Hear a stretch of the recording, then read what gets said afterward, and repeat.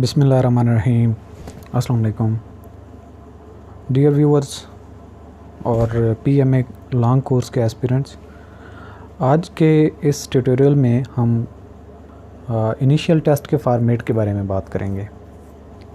तो एक अपॉर्चुनिटी भी है इसमें कि चूँकि ये टेस्ट ऑनलाइन होता है और आजकल की सिचुएशन भी कुछ ऐसी ही है कि क्लासेस लेना कहीं पे मुश्किल है, तो ये जितनी भी हम इसकी प्रैक्टिस करेंगे वो इसी पैटर्न पे होगी जिस तरीके से पीएमए लॉन्ग कोर्स का इनिशियल टेस्ट कंडक्ट होता है ऑनलाइन।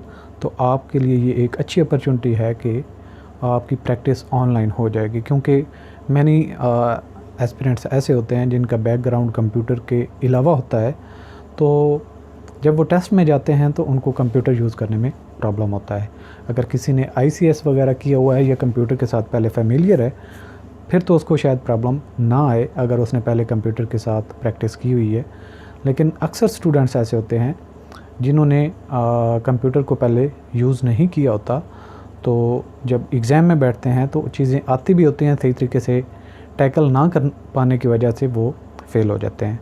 तो ये एक अपॉर्चुनिटी है कि आपकी प्रैक्टिस, हमारी जो वेबसाइट है उस पर जो कोर्स हम प्रोवाइड करेंगे, आपकी प्रैक्टिस प्रोवाइड करेंगे, वो इंशाल्लाह आपकी प्रैक्टिस इतनी हो जाएगी कि आप एग्ज़ाम के दिन आपको परेशानी नहीं होगी। तो आज के दिन हम टेस्ट के फॉर्मेट पे बात करेंगे कि जो आपका इनिशियल टेस्ट होगा उस पर कौन से कितने क्वेश्चंस आएंगे। तो पार्ट 2 हिस्सों में ये डिवाइडेड है, एक एकेडमिक है और एक नॉन एकेडमिक है। तो जहाँ तक एकेडमिक लेवल की बात की जाती है, तो जिस स्टूडेंट ने 60% से अबव पहले मार्क्स हासिल किए हुए हैं तो उनके लिए एकेडमिक एरिया इतना मुश्किल नहीं होता। तो चीज़ नहीं होती है नॉन एकेडमिक, जिसमें वर्बल और नॉन वर्बल टेस्ट शामिल होते हैं। तो इनफैक्ट इस तरह के हमने ना कोर्सेज़ पहले पढ़े होते हैं, ना हमने पहले प्रैक्टिस की होती है। तो प्रॉब्लम हमारे लिए तभी होता है कि हम अगर इसको कंसेप्चुअली ग्रिप नहीं करते तो पेपर के दिन हमें ये प्रॉब्लम क्रिएट करता है। तो पार्ट 1 में हमारे पास जो है 96 क्वेश्चंस वर्बल टेस्ट होंगे, वर्बल क्वेश्चंस होंगे। वर्बल मीन के जो वर्ड्स की बेस्ड पे होते हैं, और नॉन वर्बल टेस्ट इंटेलिजेंस जो होता है, इनफैक्ट ये आपकी माइंड की कैपेसिटी, माइंड की पावर और प्रॉब्लम को सॉल्व करने की, कितनी क्विकली आप किसी प्रॉब्लम को सॉल्व कर लेते हैं, सॉर्ट आउट कर सकते हैं, ये आपकी माइंड की जो है पावर या स्ट्रेंथ उसको टेस्ट करने के लिए टेस्ट होते हैं। तो आगे चल के हम वर्बल और नॉन वर्बल को भी डिटेल में बताएंगे कि वर्बल टेस्ट की आगे फॉर्मेट कितनी किस्म का हो सकता है और उसमें कौन से एरिया को आप किस तरीके से ग्रिप कर पाते हैं या कर सकते हैं। तो वर्बल टेस्ट उसके 96 क्वेश्चन 30 मिनट्स, और नॉन वर्बल टेस्ट के जो क्वेश्चन होंगे वो भी 96 और 30 मिनट्स होंगे। तो एग्जांपल अगर हम वर्बल की करें तो what number comes next in the following, ये एक एग्जांपल हमने डाली है इसमें आपके ट्यूटोरियल में ताकि आप इसको समझ सकें। तो what number comes in next in the following series, आप इसमें देख सकते हैं कि आपका जो है 1, 2, 6 और 24। तो इसमें क्या तरतीब है, 1 को 2 से मल्टीप्लाई किया तो 2 हो गया, और 2 को 3 से, यानी कि 2 को 3 से मल्टीप्लाई किया, अब 3 से मल्टीप्लाई हम कर रहे हैं। पहले हमने 1 को 2 से किया था, अब 2 को 3 से कर रहे हैं, अब 6 को 4 से करेंगे और 24 को 5 से करेंगे, तो हमारे पास आंसर जो है 120 आ जाएगा। तो इस तरह के जो टेस्ट होते हैं उनको हम वर्बल कहते हैं, क्योंकि वर्ड्स इसमें यूज़ हो रहते हैं। नेक्स्ट एक एग्जांपल है, the word doubt is closest in meaning to, यानी कि जो डाउट है वो किसका सिमिलर मीनिंग है, या जिस तरह सेम मीनिंग वाले, या हम मानी हम उर्दू में उनको कहते हैं। तो डाउट होता है शक करना, डबल होता है 2 दफ़ा, सस्पेक्टेड होता है मशकूक, सस्पिशियन होता है शक करना, तो डिबेट होती है बहस करना, सर्टन होता है श्योर यकीनन। तो डाउट का सस्पिशियन ही बनता है सिमिलर मीनिंग।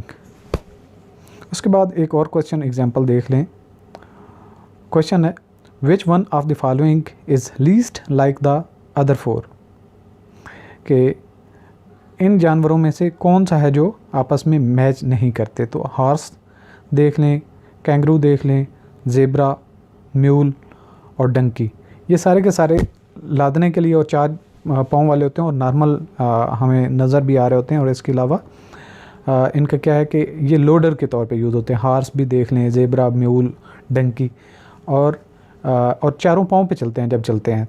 तो कैंगरू ऐसा है जो कि ज़्यादातर वो जंपिंग करते हुए चलता है, नॉर्मल वॉक नहीं करता, तो कैंगरू इनसे मैच नहीं करता। तो नॉन वर्बल क्वेश्चन किस तरीके से होते हैं, ये फॉर्मेट हमारे पास मुख्तलिफ दी गई होती हैं, ग्राफिक्स टाइप होती हैं, शक्लें होती हैं, उनमें से हमने ढूंढना होता है कि मैच कौन सा किसके साथ करता है। तो अब इस पिक्चर में आप देख लें कि हमारे पास पहली जो शेप है उसमें राउंड है, सर्कल हैं और उनके अंदर स्क्वायर है। और नेक्स्ट में क्या हो गया है, हमारे पास ट्राइंगल आ गई, और वो जो अंदर था उसके स्क्वायर रेक्टेंगुलर, वो फिल कर दिया गया है। अब हमारे पास यहाँ पे सिर्फ़ और सिर्फ सर्कल है, तो सर्कल के अंदर कुछ भी नहीं है। तो हमारे पास यहाँ पे ऑप्शन कौन सा इनमें से बन सकता है, तो आपने ऑप्शन में से तलाश करना है कि पहली जो फॉर्मेट थी, हमने स्क्वायर जो है जो अंदर थे उसके रेक्टेंगुलर वो फिल कर दिए ट्राइंगल में जाके। और अब क्या होना चाहिए, ये जो दरमियान में हमने फिल किए थे, अब जो है यहाँ पे हमारे पास जो रेक्टेंगुलर्स हैं उनको आपने मुख्तलिफ़ शेप में आपने करना होता है कि फिल करना होता है। अब यहाँ पे देख लें तो हमारे पास यहाँ पे आंसर जो है वो लास्ट वाला जो बनता है, उसकी वजह ये है कि पहले जो हमारे पास जितनी भी थे हमने उनको फिल किया, लेकिन वो 2 थे, 2 पेयर थे, यानी कि सर्कल, उनके दरमियान में रेक्टेंगुलर के आगे चल के हमने फिल किया। यहाँ पे हमारे पास सिर्फ़ और सिर्फ सर्कुलर हैं, यानी कि सर्कल्स हैं, और उन सर्कल में से हमने एक को क्या किया, एक को छोटा कर दिया और दूसरे को बड़ा रहने दिया। तो इस तरीके से आपके होते हैं जो नॉन वर्बल क्वेश्चन। तो ये सारी हम इनके आगे चल के एक्सटेंसिव प्रैक्टिस करेंगे।